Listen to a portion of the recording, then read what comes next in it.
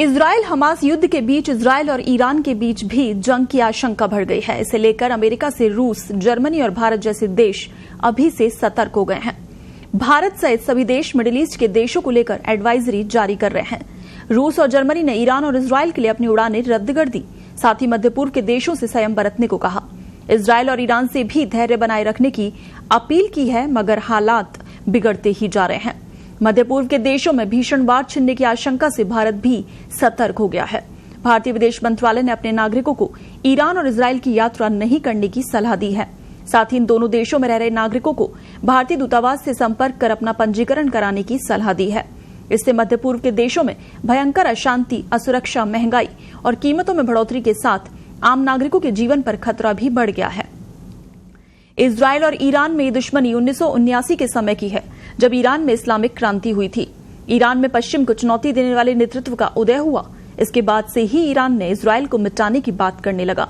Iran का आरोप है कि इजरायल ने मुसलमानों की जमीन पर अवैध कब्जा किया है। ईरान इजरायल को देश के तौर पर मान्यता भी नहीं देता।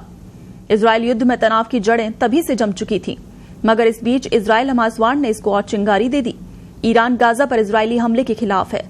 उसने कई बार गाजा हमला बंद करने या फिर ईरानी हमला झेलने के लिए तैयार रहने की चुनौती भी दी थी, मगर अब इजरायल ने सीरिया में दमिश्क स्थित ईरानी दूतावास पर हमला किया तो ईरान को सीधे जंग में कूदने का मौका मिल गया। बीते 1 अप्रैल को दमिश्क में इजरायल ने ईरानी दूतावास परिसर पर हमला किया था। इसके बाद से ईरान ने इजरायल से बदला लेने की कसम खाई। इस इजरायली हमले में एक शीर्ष ईरानी जनरल और 6 अन्य ईरानी सैन्य अधिकारियों की मौत हो गई थी। इससे गाजा युद्ध से पहले से ही तनावग्रस्त क्षेत्र में तनाव और बढ़ गया। हालांकि इजरायल ने हमले की जिम्मेदारी नहीं ली, लेकिन ईरानी सर्वोच्च नेता आयतुल्लाह अली खामेनेई ने बुधवार को कहा कि इजरायल को दंडित किया जाना चाहिए, क्योंकि ये ईरानी धरती पर हमले के समान था, इसलिए उसे दंड ही दिया जाएगा।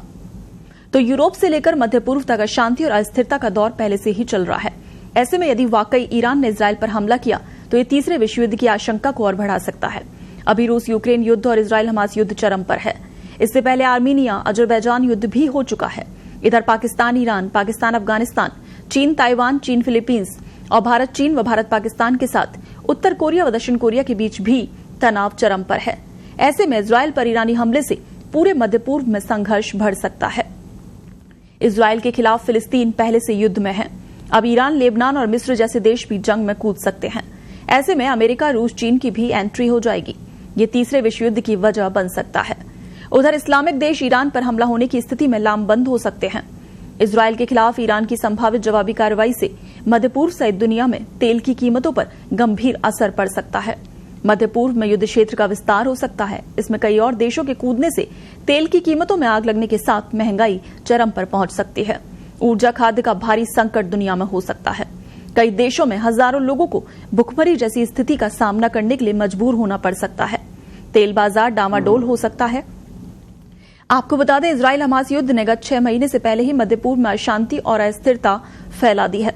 गाजा पट्टी में मौतें, विनाश और तबाही ने मानवता के लिए भी बड़ा संकट पैदा कर दिया है। और ऐसे में अब ईरान और इजरायल के बीच अगर ये महायुद्ध होता है तो दुनिया भर में इससे परेशानी पैदा हो सकती है।